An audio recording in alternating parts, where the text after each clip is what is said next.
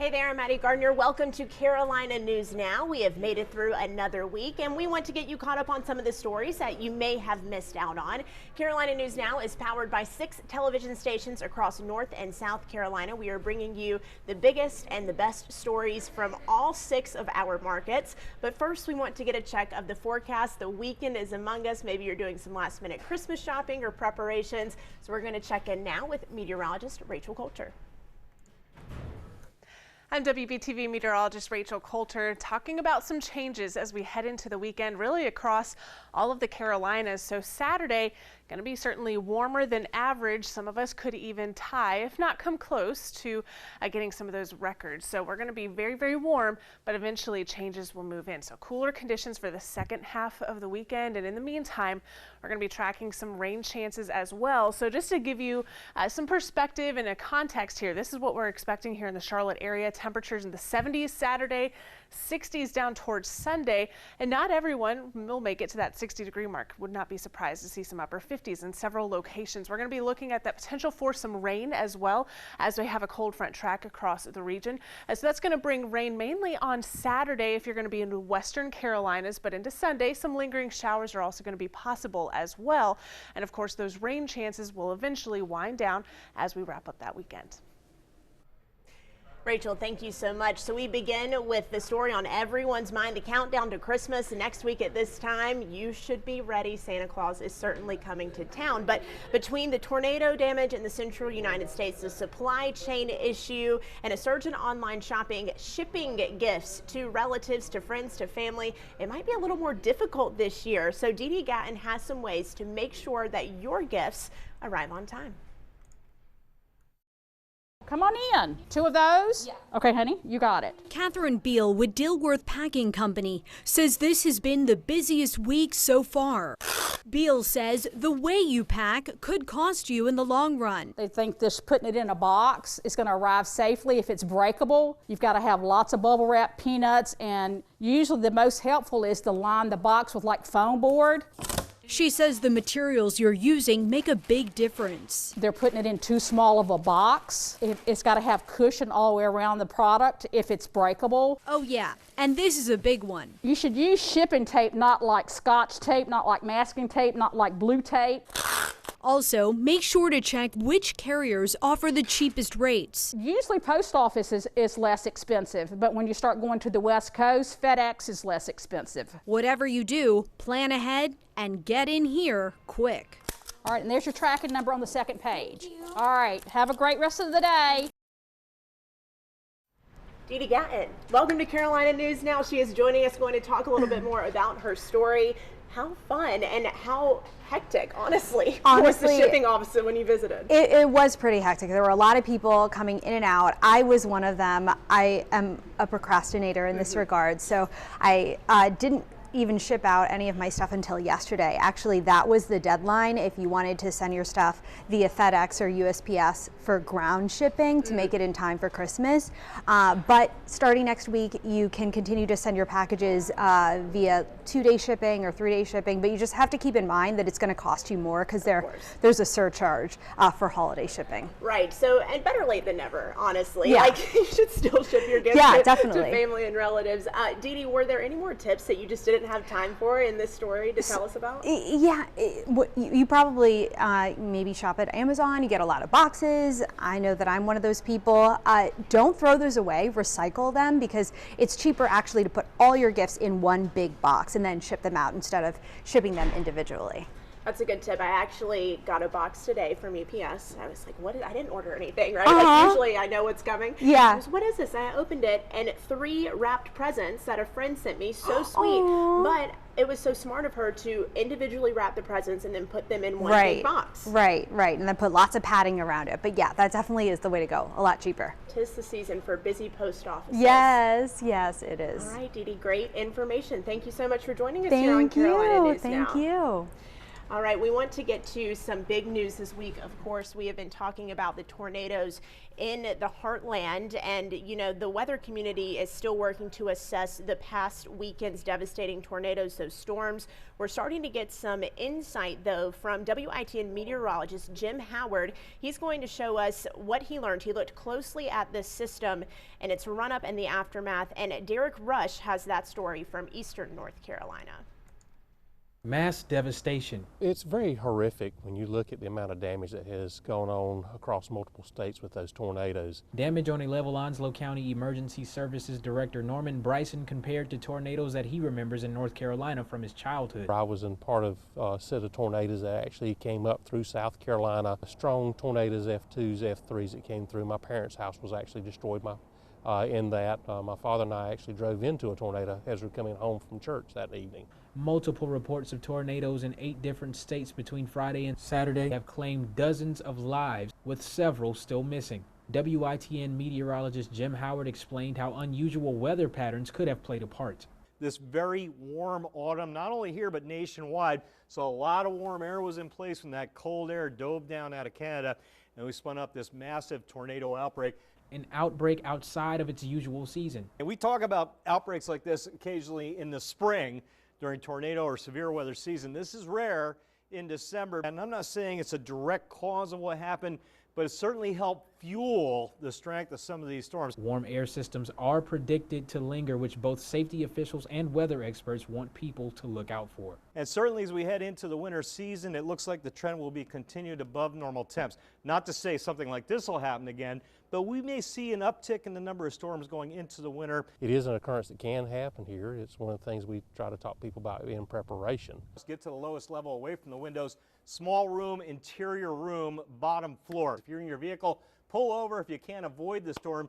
Keep the car running and buckle up as well. You don't want to be bouncing around inside the car if that car does get turned over. Reporting for Carolina News Now, I'm Derek Rush, WITN, Jacksonville, North Carolina. Derek, thank you so much. You know, seeing those images, so many people were called to help and many jumped into action, getting out to the heartland as soon as possible. But for Kentucky natives, this is their home. Their family is there. They still have friends there, and wanting to help was instantaneous. At least it was for 2 Kentucky natives who are now in Columbia, South Carolina. We're going to turn to Adam Mincer, who has that story. You can take the girl out of Kentucky, but you cannot take the Kentucky out of the girl. Almost 600 miles away from downtown Columbia, the destruction that hit Mayfield, Kentucky over the weekend hits close to home for some. Who can I contact? Is everybody okay? How can I help out? I'm hundreds of miles away, but my heart is still there, you know. Courtney Diaz has been living in Columbia for 3.5 years, but still calls Mayfield home. She says the night of the tornado, her grandma was in a nursing and rehab facility that got completely destroyed. She was wet, but she was okay. However, the only thing that she was able to rescue was a picture frame of her dogs and her cell phone. Diaz says the city is close-knit and resilient, but will need help recovering. Of course, they're going to have help from their neighbors, from their friends, from their family. But are they going to be able to really receive the help that it would take for them to rebuild what they had? It's going to have to be a group effort, because even if your building gains electricity, even if your employees can come back to work, can they do their job? Do they have what they need to be able to do their job? A few blocks from where Diaz works, another Kentucky native has been frantically watching the news. It was harrowing because the cell service was so spotty. I have 3 cousins that I didn't hear from until Sunday. Terry Schumpert is from a town about 15 minutes north of Mayfield, Kentucky. I have driven those streets my whole life, and I was looking at all of the aerial footage and the drone footage and the AP footage, and I couldn't reconcile one landmark. I couldn't get my bearings at all. And when she reached out to her community in South Carolina to help her friends and family back home in Kentucky, she was overwhelmed with the response. In the middle of our interview, an anonymous group pledged to donate more than $100,000 to help the people of Mayfield. What an awful time for this to happen, but that's when God shines the most. We are certainly thinking about everyone who was affected by those tornadoes in the heartland. If you are joining us on Facebook this afternoon, we would love to know where you are watching from. Feel free to check in with the comments there. And if you are just joining us, you're watching Carolina News Now. Every Friday, we bring you the top stories from both North and South Carolina. We are powered by 6 television stations in both states, and we would love to interact with you. Moving on to our next story, we trust them to serve and protect us, but state audit in South Carolina found that several law enforcement officers were caught cheating during required testing. Blair Sable is going to explain what happened from Charleston. It's an integrity issue. You've been tasked to do something, you're paid to do something, and you obviously did not do that. The ethics of several South Carolina law enforcement officers from across the state are now in question after an audit from the South Carolina Criminal Justice Academy. It found representatives from more than 24 agencies cheated on their mandatory training, some watching the hours-long videos in a matter of minutes. We learned that an officer had posted on a social media site that there was a way to speed it up and not watch it in its entirety. And so that sort of caught us off guard and puzzled us that somebody would first do that and then another to find a way to do that. The SCCGA notified 5 departments in the Low Country about 16 individuals earlier this month. The Charleston County Sheriff's Office with 7 deputies identified, 6 officers in the North Charleston Police Department, as well as officers from the Charleston, Mount Pleasant, and Somerville Police Departments. Charleston PD has informed Live 5 News that their officers' watch time only differed by about a minute due to computer issues. The topics skipped over domestic violence and legal updates. In this case, the SCCGA has allowed each department to handle further discipline. CCSO confirms that deputies received letters of instruction. In a statement, it writes, "We value this ongoing training and take this issue seriously." Meanwhile, NCPD verbally disciplined its officers and made them rewatch the videos. Mount Pleasant says the 1 officer identified in their department has also been disciplined. If there's a next time, Swindler warns his department is in charge of the consequences, and it won't be as forgiving. I don't believe that they would get any other sanction other than that's it, you're done, pull your certification. It's that serious. We have reached out to Somerville PD but have not yet heard back. For Live 5 News, I'm Blair Sable. Blair, thank you so much. We want to move now to Myrtle Beach, the Myrtle Beach area of South Carolina, I should say. This is actually out of Loris. A high school basketball coach, or baseball coach, I should say, is in hot water because police say that he had an inappropriate relationship with a student, that volunteer coach named Ron Barron. So the Loris police chief spoke to reporter Zach Wilcox, and he really did have a strong message for parents following the arrest of this former coach. Loris Police Chief Gary Bewley says this whole investigation started after a parent found some disturbing images on their child's phone and brought that phone to the police department.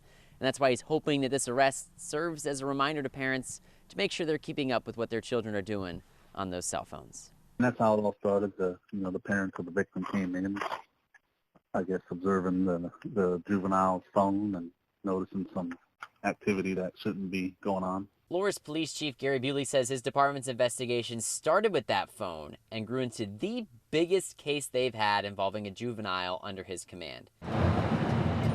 The first task was checking in with Horry County Schools, where a district spokesperson says Barron started volunteering with the Loris High baseball team in December 2020. But as of November 4th of this year, he was no longer affiliated with the school. The district says the arrest stems from an alleged inappropriate relationship with a former student, which may have originated outside of school.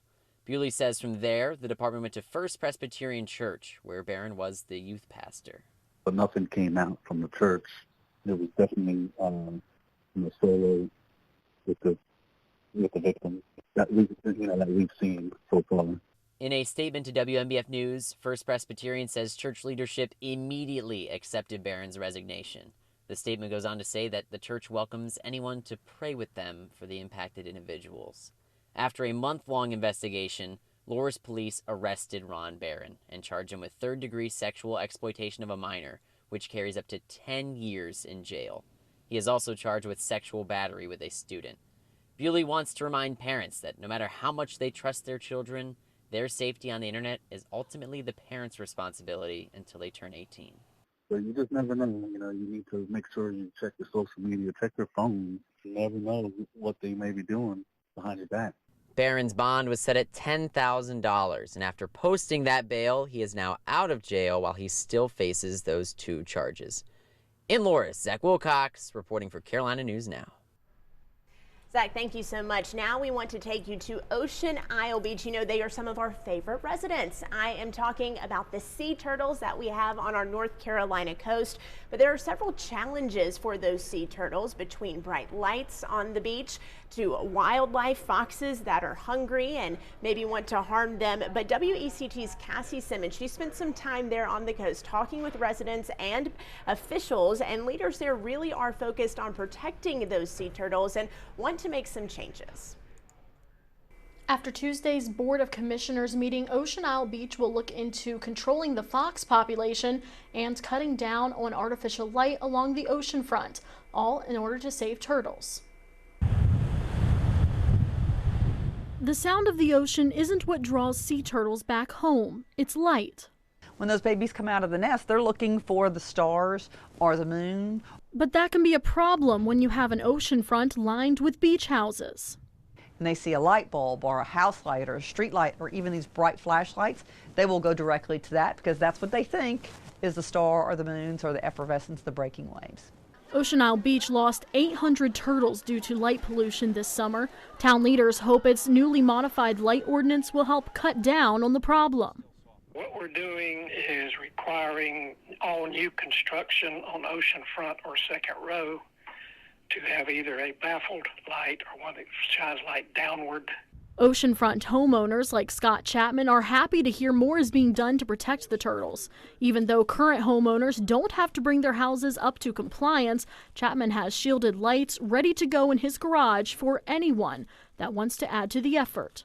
So when you put this over the light bulb, all of the light that comes out of the light bulb comes out from this underneath. So it shines white standard light down. To Chapman, the modified ordinance is a start, but he hopes more change is on the way. I would like to see the town encourage the retrofitting of existing lights, lighting fixtures on private residences with the turtle-proof bulbs. Because the way he and Alan see it, saving the endangered turtles is as simple as changing a light. Commissioner Rao tells me that although the amber lights aren't mentioned in the ordinance, they are encouraged for homeowners to use along the oceanfront. Now, that isn't something that is a law or it's something that can be enforced. For Carolina News Now, Cassie Simmons, WECT News. Cassie, thank you so much. Yes, certainly want to do what we can to protect those sea turtles. We are about to watch our final story for this week, and we're going to get another check of your forecast. It certainly doesn't feel like Christmas time in the Carolinas just yet. But first, we have to get to this story from Hannah Jeffrey. She is in Newport. So an Eastern North Carolina man, he bought the contents of a storage unit, not really knowing what was in there, but he claims to have found some very expensive furniture. He says a piece in there is likely from the 1800s from Europe, and it is worth thousands of dollars. This is a story that you have to see. This might just look like any beautiful piece of furniture, but the power is in the details. That's why Billy DeRoos identified it as something special. At first glance, you might think this piece of furniture is simply nice to look at, but its Newport owner claims it's much more. I said, oh my goodness, I grinned all the way back to Newport from Morehead City. Fewer people can recognize its true value, which is why it was almost gotten rid of until Billy DeRoos was called in. And he has some stuff. I said, are you sure about what you're getting ready to look at here? He says, if you don't get this, I'm going to let the owner have it and he can throw it away. I don't care. DeRoos says he discovered the piece in a storage unit in Morehead City, sold to him for $300. And there was hardly anything he wanted to take out of it because it was rat infested.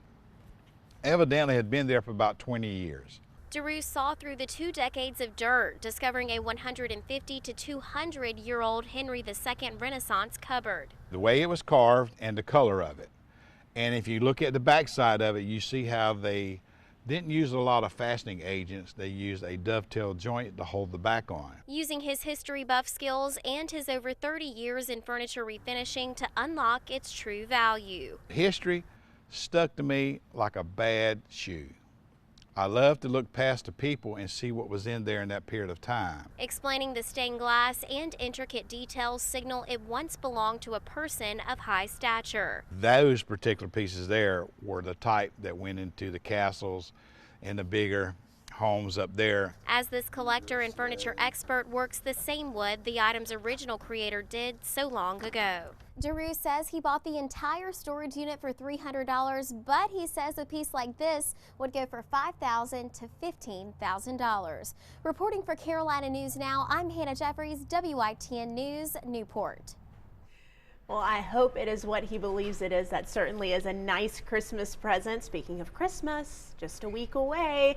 If you want to share your holiday plans with us, we would love to see them here in the Facebook chat. But I bet you want a check of the forecast for the Carolinas for the weekend as you get those last-minute Christmas preparations underway. So one more time, we are going to turn to meteorologist Rachel Coulter. We're going to be tracking some rain chances as we get into the weekend. Some more temperatures to start, and then some cooler temperatures will eventually move through the region. So let's see what that looks like as we head into the rest of your Friday and wrapping up the work week and heading into the weekend. So as we continue through the rest of the work week, not going to see much in the way of rainfall. We're talking about some stray rain chances. But then heading into your Saturday, that's when we're going to start to see those rain chances pick up, especially in western portions of the Carolinas. It's going to be a warm, above average day on Saturday. 6 o'clock, again, you could still have some of that rain. You notice the coverage. I've zoomed us out so you can see this is not going to be washout, rain all day type event here, but you'll definitely want to have the umbrella on standby if you do have any of those Saturday plans as we track those rain chances. Now, in terms of your Sunday forecast, you can see where the focal point of the rain will be in that side of the weekend. We're going to be talking about eastern Carolinas. Out towards the west will be drying out, but temperatures will be much, much cooler. At that point, we're going to go from highs, especially, for example, out towards the Charlotte metro area in the low 70s on Saturday to barely reaching that 60-degree mark heading into your Sunday. So Sunday, 5 o'clock, if you have some dinner plans, a lot of that rain will be out towards the east. 30s out towards Boone and Asheville, 40s in Charlotte, up towards Greensboro, Raleigh. Could be at 45 degrees at that point, still closer to 60 degrees as you head out the door in Charleston. So overall, keep the umbrellas handy this weekend, but you won't need them all weekend long as those cooler temperatures work into the area. Rachel, thank you so much, and thank you for joining us this Friday on Carolina News Now. Again, this is a show that we do every single week, bringing you the top stories from both North and South Carolina from our 6 television stations in both states. We are live on Facebook at 1 o'clock every Friday. You can also watch us wherever you watch your local news station, whether it be Roku, Amazon Fire TV, Apple TV, or your app. If we don't see you again, happy holidays, Merry Christmas. We are so glad you're joining us this year.